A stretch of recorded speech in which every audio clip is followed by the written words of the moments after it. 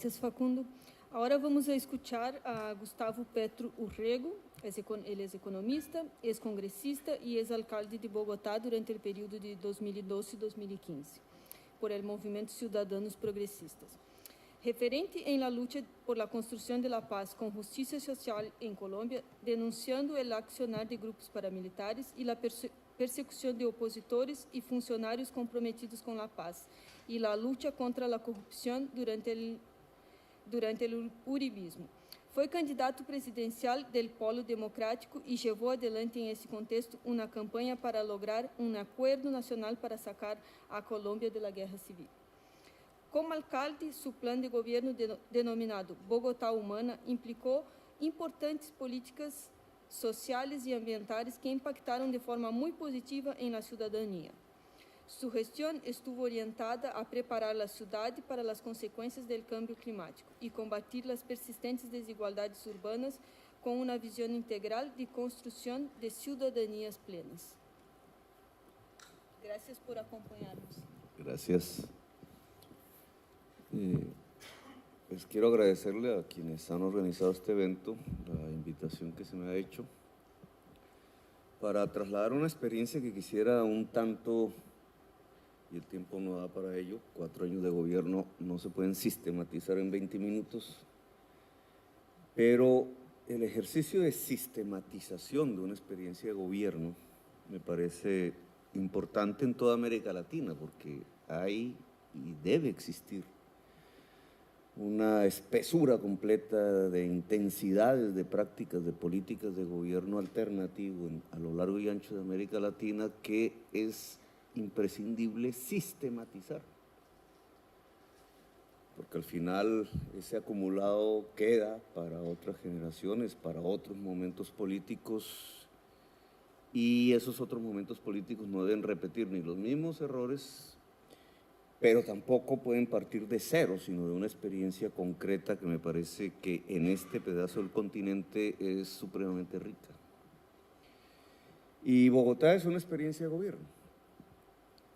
Es una ciudad de 8 millones de habitantes hoy, de las más grandes del mundo, en medio de un país con una profunda y larga violencia de muchos tipos, compleja, uno de los países más desiguales socialmente del mundo, y en la mitad, muy lejos de cualquier posibilidad de navegar, ni por río, ni mucho menos por el mar, está esa ciudad de 8 millones de habitantes a 2.600 metros de altura.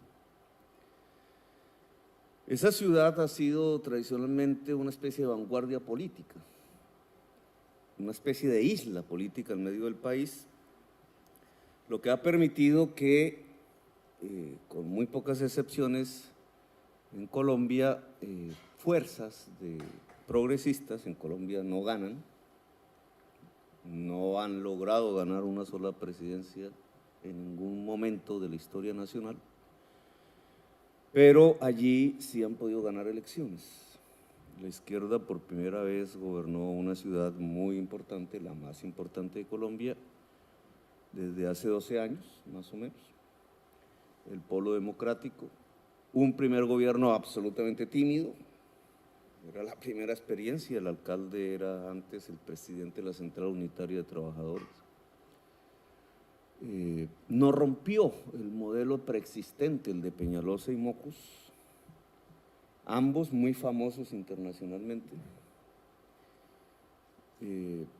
Apenas alcanzó a construir un barniz de gasto social, de incremento del gasto social, pero realmente marginal. Y después el segundo gobierno de la izquierda se robó la plata y terminaron presos. El alcalde Samuel Moreno. Solo hubo un tercer gobierno que podríamos llamar de izquierda, el mío, por una exclusiva razón, porque yo fui el que lo denuncié. Entonces, si no hubiera sido por eso, la derecha hubiera ganado la alcaldía hace 4 años.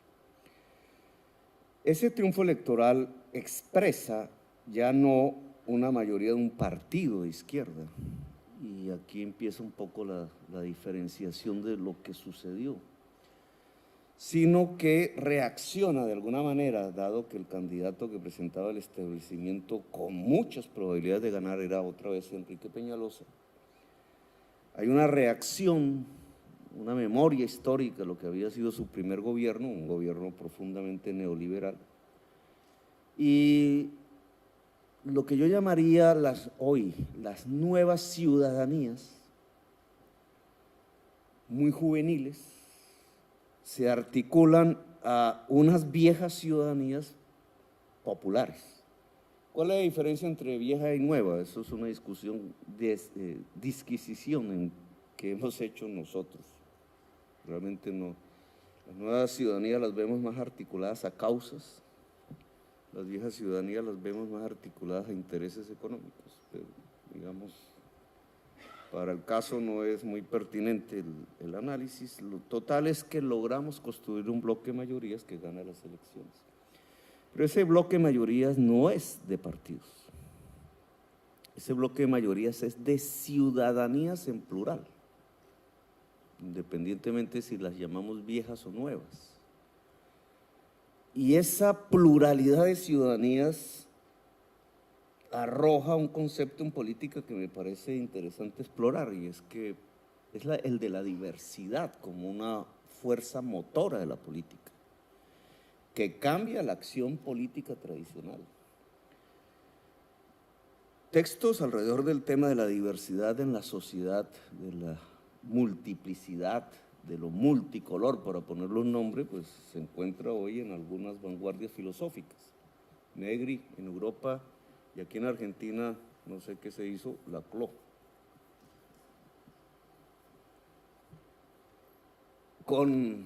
Y tiene sus más y sus menos, y yo lo viví, porque efectivamente diversas causas se juntan y conforman una agenda urbana plural.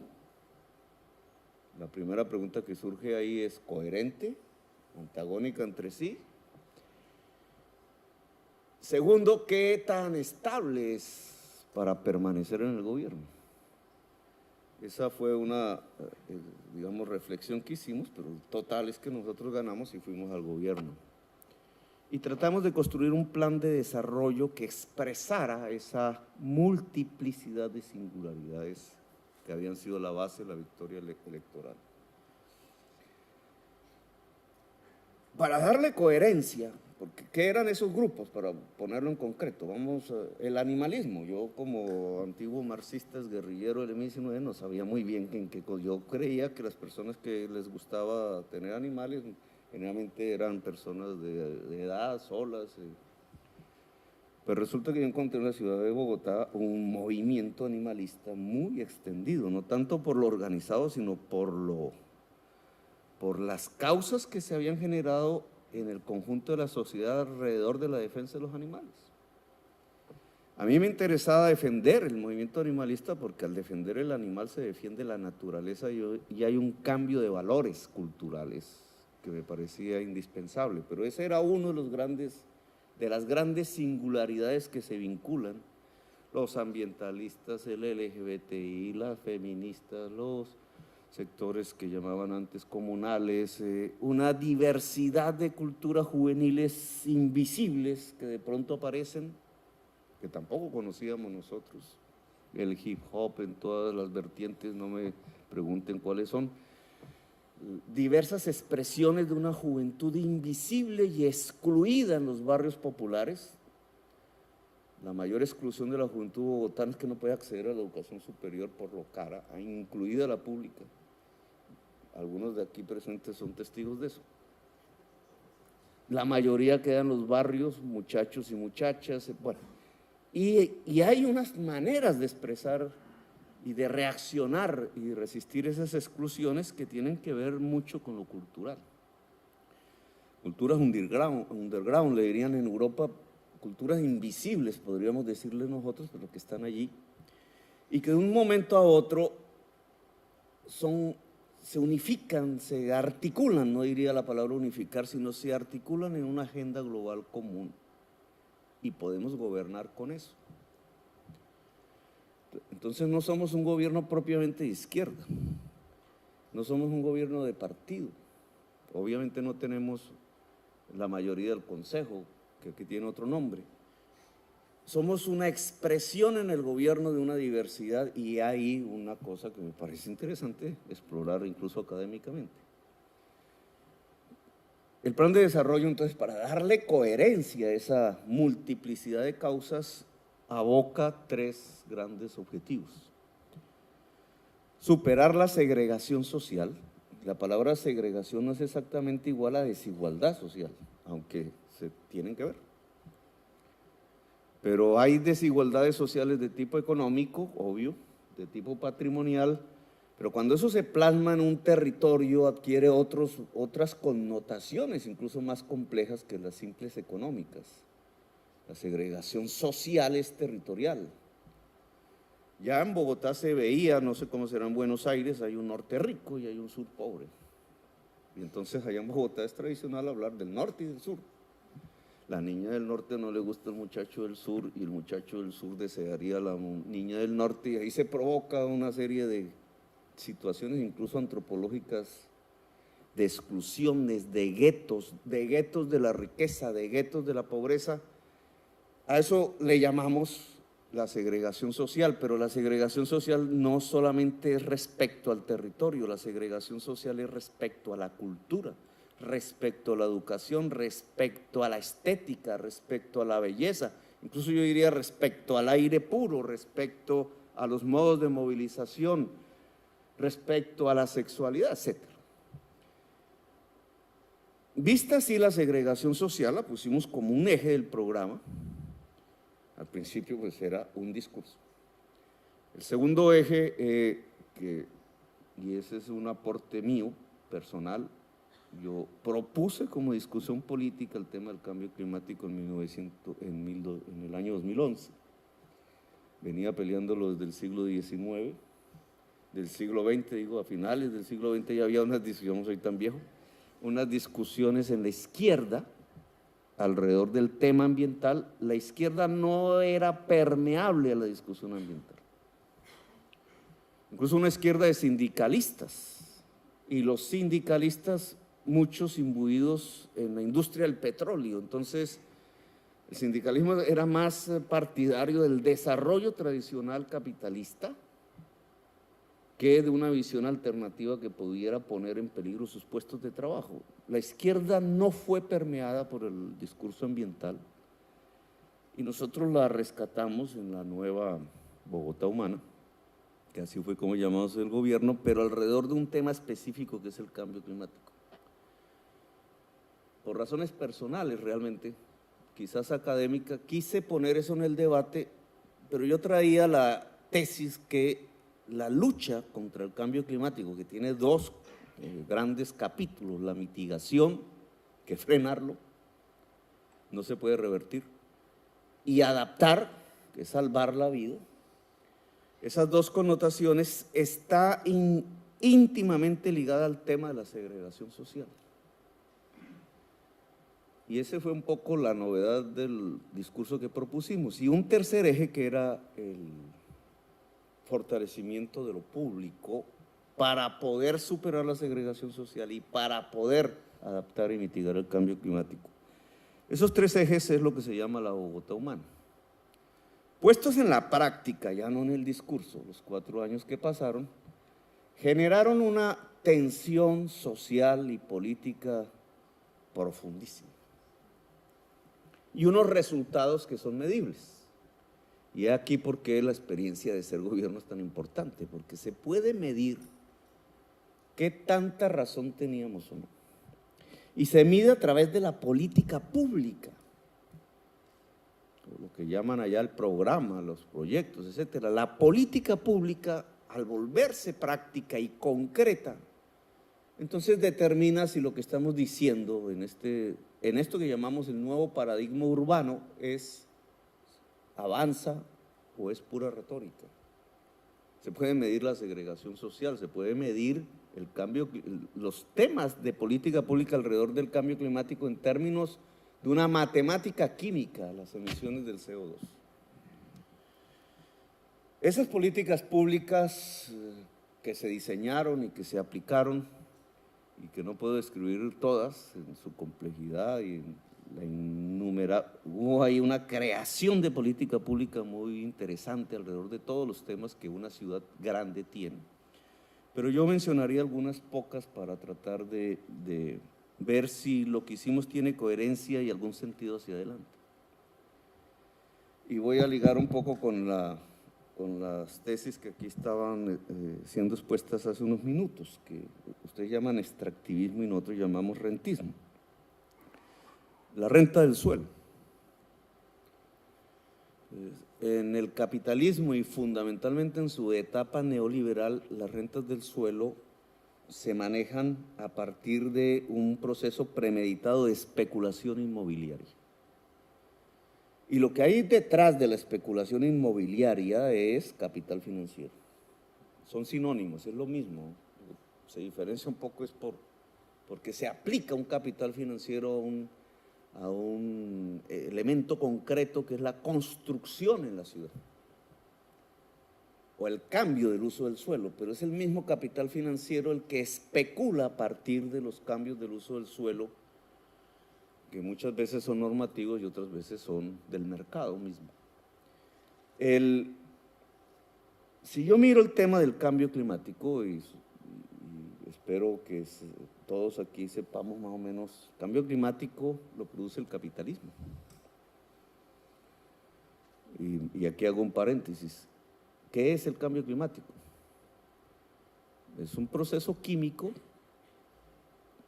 que se produce a partir de unas moléculas de gases en la atmósfera que tienen una virtud específica, que es recibir los rayos del sol, que es la única fuente de energía de la Tierra, y en vez de reflejarlos de nuevo,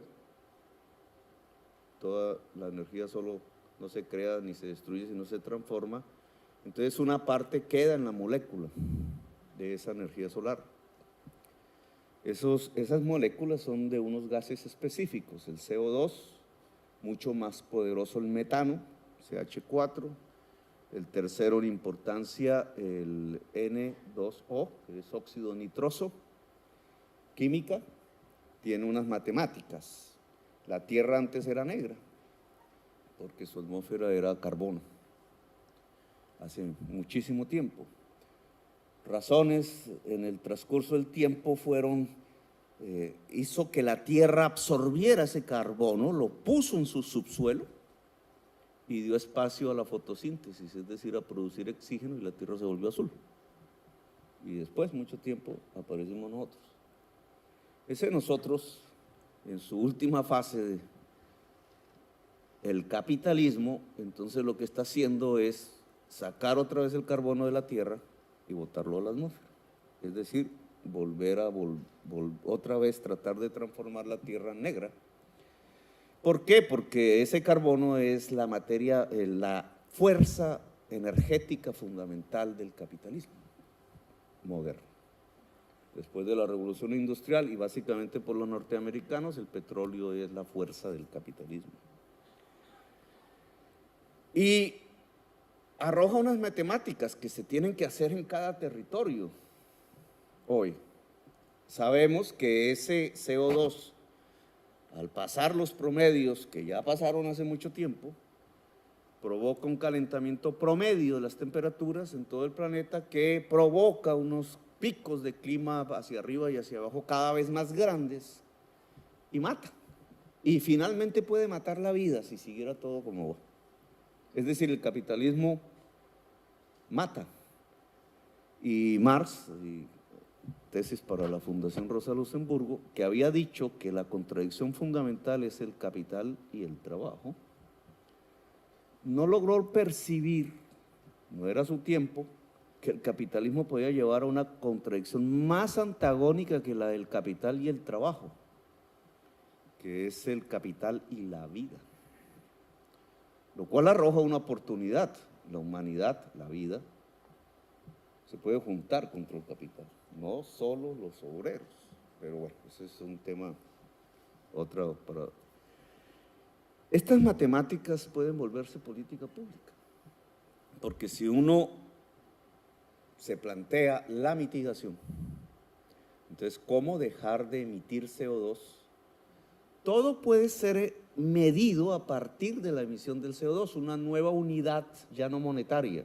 Igual que ustedes miden por pesos argentinos y el mundo por dólares y euros, igual que Marx podía medir por tiempos de trabajo, ahora podríamos medir por CO2 y valorar las políticas públicas a partir de cuánto emite o deja de emitir. Y tenemos un escenario completamente interesante de construcción de una agenda territorial. Vamos a poner unos ejemplos concretos, clásicos en Bogotá, pero no ajenos a Buenos Aires. ¿Cómo es que la avenida, yo no conozco Buenos Aires, entonces me equivoco, 9 de julio, ¿cierto? Abajo está el metro y arriba los buses. Una mala imitación del Transmilenio bogotano. El que hizo el Transmilenio bogotano vino aquí a asesorar al entonces alcalde y presidente y lo asesoró mal. Pero es el mismo modelo, similar, digamos. En términos de cambio climático, ¿qué significa eso? Los buses se mueven, seguramente son Volvo, investíguenmelo y me lo cuentan, porque Volvo es el que ha financiado Peñalosa desde hace 15 años. Él es el gran vendedor de este sistema en el mundo, en ciudades del tercer mundo. Seguramente se mueven por diésel, seguramente se mueven por gas natural. Gas natural y diésel, ¿qué son? Materias primas que provienen finalmente del carbono que emiten CO2. Se puede medir cuánto CO2 produce ese sistema. Abajo va un sistema eléctrico. El sistema eléctrico en sí mismo no produce CO2. Y si la fuente de energía de esa electricidad, como en el caso de Colombia, es agua, tampoco. Ni siquiera la fuente de emisión de la energía. Luego, si yo quiero mitigar el cambio climático en una política pública concreta y soy el gobernante o un grupo de los que tienen la capacidad de la decisión y tienen las dos alternativas, ¿cuál se escoge? El metro. Podríamos poner un ejemplo de política pública más concreta también, incluso más fácil porque el metro ¿cuánto vale? Viene otra discusión. Si yo tengo la calle, es un espacio público duro. El espacio duro no adapta a una ciudad al cambio climático. Pero está ahí. ¿Quién la usa? Mayoritariamente el dueño del vehículo particular. Mayoritariamente. Si la sociedad decide mitigar el cambio climático, el vehículo que se mueve por gasolina mitiga o es el gran factor del cambio climático, porque emite CO2. Luego el gobernante y la sociedad deberían tratar de disminuir el uso del carro particular para dejar de emitir CO2 en las matemáticas del CO2 y tratar de mover la gente bajo formas que no emitieran el CO2. Por ejemplo, la bicicleta. No emite CO2, que no sea la respiración de la persona, y ahí sí hasta allá no llegamos. Esas son unas matemáticas, ¿cierto? La lógica matemática pura y teórica diría, si nos vamos a morir por emitir CO2, las ciudades tienen que dejar de usar el carro y tienen que promover el uso de la bicicleta intensivamente. O el caminar. Y entonces el peatón, la peatón y la bicicleta se nos vuelven unos medios fundamentales. ¿Qué pasa cuando se aplican las políticas? Usted tiene que coger la calle y tiene que quitarle un espacio al carro y poner allí las bicicletas. Quítele el espacio al carro a ver qué pasa. Se provoca una tensión. Y entonces los dueños de los carros van a juntarse alrededor de las posiciones que yo llamaría de derecha, para que traten de salvar ese espacio que suponen que es público, pero de ellos, para que las bicicletas no estén. Pero ¿qué pasa cuando las bicicletas ya no son 10, 15, 20, sino son 500,000, 700,000, como en el caso hoy de Bogotá, diariamente andando en la ciudad, o como en el caso de Copenhague, el 30% de la movilidad. Que se conforme una fuerza, una singularidad, un activismo, generalmente juvenil, pero no solamente juvenil, una fuerza social de gente que salva al mundo, subiéndose todos los días en bicicleta y reclama el espacio de la ciudad para la bicicleta y entra en conflicto, obviamente, con fuerzas políticas y sociales que quieren mantener lo que hay antes. Lo mismo podríamos hablar del peatón. Eso respecto a políticas públicas. Si salimos del transporte y nos vamos a los residuos, las basuras, que creo que aquí es similar que en Bogotá, ustedes tienen grandes, el neoliberalismo que arroja alrededor del tema del aseo. El aseo es un derecho, pero el neoliberalismo vuelve los derechos mercancías, ¿cierto? Valor de cambio, diría Rosa Luxemburgo. La mercancía tiene un valor de cambio y un valor de uso. Cada vez se pierde más el valor de uso y hay más cada vez valor de cambio. El cambio climático, tesis que sería bueno explorarla académicamente, teóricamente, obliga a darle más peso al valor de uso e incluso crea un nuevo concepto, el valor del desuso, el valor de no usar, que podría llevar perfectamente a una sociedad, en lugar de tener, ser. Esto se lo explicamos a la juventud bogotana y nos lo entendieron muy bien. El tiempo se me agota para seguir explicando esto. ¿Qué es eso del valor del desuso? Pues no usar el carro. La mercancía fundamental del capitalismo del siglo XX. El paradigma fundamental que forjó las ciudades norteamericanas y que nosotros imitamos.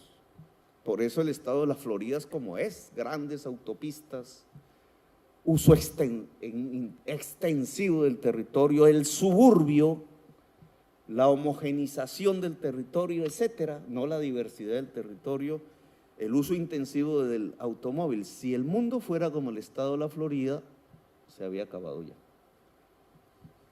Eso me llevó a una pregunta en Nueva York cuando vimos a los norteamericanos y a los cubanos juntos en la Universidad de Nueva York. ¿Qué sociedad está más capacitada para adaptarse al cambio climático? ¿El estado de la Florida o la vecina Cuba? No hubo respuesta. Pero ¿cuál está más capacitada? ¿La que no ha usado el petróleo o la que usa intensivamente el petróleo? En la ciudad de Bogotá, y estaba hablando de los residuos, y ay Dios mío, se daban un modelo de operación privada para enterrar los residuos de grandes empresarios, poderosísimos dueños de la política. Yo no sé si el presidente de la República de Argentina ha sido un operador de aseo. Son poderosísimos. Una cosa que cualquier ciudadano dice, la basura, la saco, no sé qué, cada ciudad tiene su normatividad. Pues de ahí sale el poder político, de cogerla, llevarla y enterrarla. ¿Qué pasa cuando la basura se entierra? En los rellenos, llamamos nosotros. Adentro se producen unos productos, unos efectos químicos que se vuelven CH4, metano, 20 veces más poderoso que el CO2, factor de cambio climático. Es decir, le pagamos a los operadores privados de residuos para que nos maten. Las sociedades tienen unos elementos aquí, por gente muy humilde, a la que no se le pagaba en el caso de Bogotá, humildísima, los recicladores. Señoras muy pobres que salían a esculcar en los canecas antes, las basuras, para sacar algo para vender. Pues ese reciclaje resulta que quita CO2. Luego, en una política pública, si uno quiere mitigar el cambio climático, tiene que darle todo el peso al reciclaje y tratar de acabar el enterramiento de la basura. Eso se llama basura ceros en Bogotá. Y para darle peso al reciclaje yo tengo que pagarle o darle ingresos de las tarifas a los recicladores humildes y quitárselo a los grandes operadores privados. Eso lo hicimos en Bogotá, política pública. Por eso fui destituido y me inhabilitaron y me quitaron mis derechos políticos por 15 años. Cuando sucedió eso, las ciudadanías salieron a la calle, a la plaza, un mes de movilización permanente, y al final un juez me restituyó. Todavía no sé si perderé mis derechos políticos, pero lo muestro como acaban ayer de quitarme otra vez mis derechos políticos. Y les voy a explicar y termino ahí porque muestra la intensidad de lo que significa. Entonces, cuando estamos hablando de cambio climático, todo el mundo dice, sí, hay que detener el cambio climático. Desde el Papa hasta el último ciudadano del mundo, todos dicen lo mismo. Se reúne la COP 100, no sé, 60 y no sé cuántos presidentes en diciembre, allá estuvimos en París. Todos, nunca habían hecho una reunión tan grande, todos. Pero cuando viene la aplicación de la política pública en el territorio en concreto, resulta que la política de mitigación al cambio climático ataca el corazón del capitalismo, porque es el capitalismo el que lo produjo. Entonces todo este tema del valor de desuso, del valor del no uso, de dejar de usar el carro, de montarse en una bicicleta, si la bicicleta la fabrica algún empresario capitalista, etcétera, está transformando, está colocando al capitalismo ante una situación de inestabilidad que, entre otras cosas, me parece que está resultando ser que esa inestabilidad está llevando a la política hacia la barbarie y el fascismo de nuevo. En Europa, el siglo de las luces y la ilustración y todo eso, hay un fascismo en crecimiento. Y en América Latina y en Estados Unidos y en el mundo. ¿Será ese el camino? Porque si ese es el camino, vamos hacia la extinción de la especie. O lo que estamos haciendo, que es en el territorio en concreto, logra las coaliciones suficientes de ciudadanías plurales que pongan otro modelo alrededor de la construcción de la vida. Pues aquí lo probamos en concreto. Yo pondría otro tema muy concreto que era el ordenamiento territorial. Si usted deja la especulación inmobiliaria en la ciudad actuar libremente, es decir, el capital, las reservas forestales, en nuestro caso, no sé si en Buenos Aires hay, nosotros tenemos unos cerros hermosísimos, nosotros somos la segunda potencia de la biodiversidad natural del mundo. Las reservas se quieren urbanizar, si están en la ciudad. ¿Cuánto vale el metro cuadrado en una reserva? Cero. Así sea privado, es cero. ¿Cuánto vale si yo dejo que el pie de los cerros tenga edificios? En pesos colombianos, eso en dólares sería, el metro cuadrado podrían ser perfectamente $1,000. Metro. ¿Sí? ¿Hago bien? Sí. El metro. O sea, una hectárea urbanizable 6,000, una hectárea de los cerros, en el pie de los cerros, 6,000 por $1,000 da $6 millones. Solo por poner una firma. El propietario de una hectárea ahí se enriquece en 6. ¿Cuántas hectáreas son? 900. ¿De qué negocio estamos hablando? Solo por poner una firma, es decir, ahí deja de ser reserva y ahora es urbano. La reserva Van der Hamen, 1.500 hectáreas, hagan las cifras económicas. Claro, no hacen las cifras del CO2. Esas rentas del suelo, ¿qué es lo que nos van determinando si se dejan actuar libremente? No solamente que convierten la ciudad en un instrumento inmenso de depredación, sino que los precios del suelo varían de acuerdo al riesgo climático. Y me explico. Si una ciudad enfrenta huracanes, el mercado capta que cada vez los huracanes serán más fuertes. Y entonces los terrenos que dan al frente de los huracanes se vuelven baratos. Si una ciudad es inundable, ¿cierto? El mercado sabe que el cambio climático provocará épocas de incremento de lluvias que inundarán. Y entonces el precio allí se vuelve barato. Donde es más seguro, entonces el precio se vuelve más caro. Los sectores de capacidad de pago irán hacia las tierras caras y los sectores de baja capacidad de pago irán hacia las tierras baratas. Bogotá es un caso de eso. Entonces, ¿dónde viven los pobres en Bogotá? Donde se inunda, donde se puede, como son pendientes, se puede, la quebrada enterrada aparece y se lleva el barrio y mata. Es decir, si uno quiere adaptar el cambio climático, adaptar la ciudad al cambio climático, entonces tiene que hacer la política contraria, no poner a los ricos a frente, sino no permitir construir donde hay riesgo climático. Constructor no puede construir allí. Todo proceso constructivo debe generar espacio público. Es decir, parte de la renta debe volverse en especie o en dinero para el espacio público blando. ¿Por qué blando? Porque si hay lluvias cada vez crecientes, es lo blando lo que permite absorberlas y mitiga los efectos de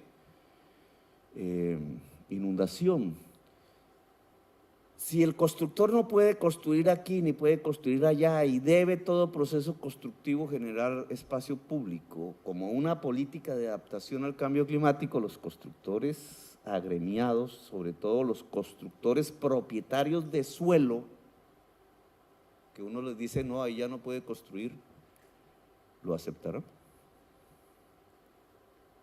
Pues yo hice un plan de ordenamiento territorial, el primero en América Latina, de cara a adaptar la ciudad de Bogotá al cambio climático con todos estos tipos de criterios y más, y ayer acabo de ser destituido de nuevo e inhabilitado otra vez por un año por haber expedido el plan de ordenamiento territorial y lo suspendieron. Yo nunca pude aplicar el plan de ordenamiento territorial que adaptaba la ciudad de Bogotá al cambio climático, sigue siendo el viejo, el de Peñalosa. Esto lo muestro como ejemplos de cómo se articulan los tres elementos, la fortaleza del poder público o su debilidad. Si me suspenden el poder público era débil. La necesidad de adaptarnos y mitigar el cambio climático que traduce una nueva matemática y una nueva manera de ver las políticas públicas con otro prisma. Y la segregación social que si no adaptamos y mitigamos el cambio climático, lo que hace es reproducirse y profundizarse. Hay una coherencia en ese tipo de discurso y de práctica que provoca en su aplicación una tensión social inmensísima. ¿Pueden las nuevas vanguardias políticas de estas experiencias, que serán muchas en otros territorios y diferentes además, porque cada territorio es diferente, lograr construir las agendas territoriales del siglo XXI con estos nuevos matices de la democracia y ponerlas como una alternativa que sea más eficaz a la agenda de la restauración neoliberal? Aquí dejaría como análisis, ¿qué pasa con las clases medias que la izquierda construyó, sacando gente de la pobreza? Y que entonces como nuevas clases medias están enfrentadas a una serie de deseos que vienen más por los medios de comunicación, que van en la vía de profundizar los cambios del clima, ¿cierto? Y cómo unas agendas alternativas pudieran mostrarle a las clases medias y a la sociedad en general una agenda muchísimo más atractiva y seductora que la que el neoliberalismo le muestra a la clase media y que se las está ganando en realidad, porque Bogotá ganó de nuevo uno de los Peñalosa. Es decir, nosotros fuimos derrotados, no era yo candidato porque no podemos reelegirnos, pero todo lo que hicimos lo están destruyeron en 3 meses así. Acabar reservas, urbanizar, están sacando miles y miles de todos los trabajadores casi científicos que se habían construido, que no eran ni de izquierda. Entró una poco de gente con conocimientos alrededor de estos temas pero todas las están sacando, por miles, la política social, la nueva política alrededor del habitante, la calle y las drogas, que es un tema muy interesante de discutir, pero no tenemos el tiempo aquí. Los grafitis, ¿cómo hicimos nosotros para que las juventudes urbanas se movilizaran con nosotros? Hicimos de la ciudad un lienzo, todo muro por allí, pinten su arte, no el que yo quiera, no me gusta, no importa, es el de usted. Colectivos juveniles pintando la ciudad a través del mural. Bogotá, al lado de Berlín, se construye hoy como el segundo eje de arte contemporáneo de calle del mundo. Lo hizo la juventud excluida de los barrios. Es hermosísimo ver, hay ya gente que viene del mundo a ver el muralismo bogotano. Lo primero que hizo la restauración fue empezar a pintar los murales con pintura gris, porque suponen que eso es limpieza. De la limpieza del muro a la limpieza social solo hay un paso, y lo hicieron porque desataron una operación militar con 2.700 soldados sobre un pequeño reducto de consumidores de droga que se llama ya el Bronx. Lo sacaron de ahí, van a construir ahora edificios en el sitio, sin preguntarse qué pasa con el habitante de calle, como si fuese a desaparecer. Peligro que indudablemente allí es inminente, desaparecer realmente. Bueno, yo dejo aquí porque quería transmitir estas experiencias de la Bogotá humana, que ya murió por ahora, que hay una restauración neoliberal en todo el orden de la palabra, pero que en su sistematización puede ser un aporte con muchos otros a la construcción de una nueva agenda alternativa en América Latina. Gracias, muy amables.